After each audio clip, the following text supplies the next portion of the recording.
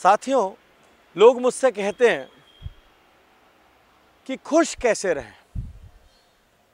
आपने कभी सोचा है एक ही घर में 4 सदस्य होते हैं, उसमें से 2 खुश हैं 2 दुखी हैं।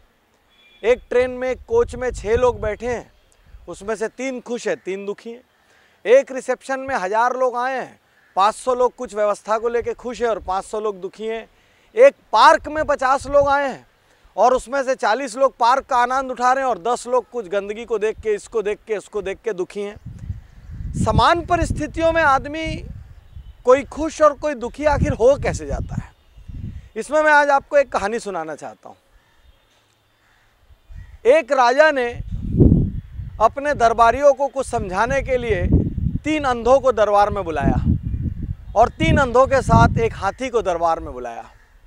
और राजा ने, ये जो हाथी मेरे साथ खड़ा है, इसी हाथी की तरह उस हाथी को भी दरबार में बीच में खड़ा कर दिया और तीनों अंधों को 3 तरफ खड़ा कर दिया। और राजा ने उन अंधों से कहा कि छू के बताओ ये क्या है। तो एक अंधे ने ऐसा पूंछ को पकड़ा और पूंछ को पकड़ते ही कहता है, महाराज ये तो मुझे एक सांप नजर आ रहा है, और बिल्कुल हड़बड़ा के दूर हट गया। एक दूसरा अंधा था, उसने पैर को पकड़ा और पैर को पकड़ के, महाराज ये तो मुझे कोई पेड़ का तना नजर आ रहा है। और तीसरा व्यक्ति हाथी के पेट के पास गया, उसने पेट पे से हाथ लगाया और यूं हाथ लगा के कहता है, महाराज ये तो मेरे को कोई बड़ी मोटी सी दीवार लग रही है जिसकी फिनिशिंग नहीं हुई है। राजा कहता है दरबारियों से, बताओ हाथी एक है कि अलग? बोले हाथी तो एक ही है। तो फिर कोई उसको सांप, कोई उसको पेड़ और कोई उसको दीवार क्यों कह रहा है? तो सब दरबारियों को बात समझ आ जाती है कि जो पूंछ के पास खड़ा है वो सिर्फ पूंछ को देख रहा है, इसलिए उसको वो सांप नजर आ रहा है। जो पैर के पास खड़ा है वो सिर्फ पैर को देख रहा है, इसलिए उसको तना नजर नहीं आ रहा है, सिर्फ पैर पेड़ के रूप में नजर आ रहा है। और जो पेट के पास खड़ा है उसको वो दीवार नजर आ रही है। हाथी तो एक ही है। ठीक उसी तरीके से एक ही परिस्थिति को हम कैसे देखते हैं।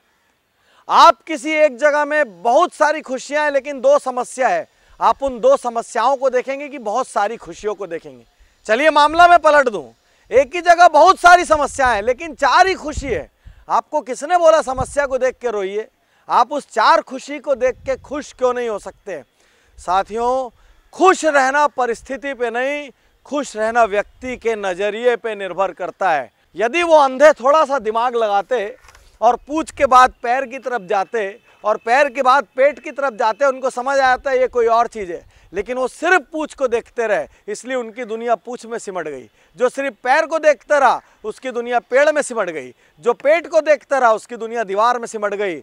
इसलिए जीवन में बड़ा बनना है, पहले तो खुश रहने का नज़रिया पैदा करो, दूसरा सामने वाले को समझने का नज़रिया पैदा करो कि सामने वाले को समझना है तो उसकी जगह पे समझो, जिसको हम लोग मुहावरा कहते हैं ना, दूसरे को समझना है तो उसके जूते में पैर डालो।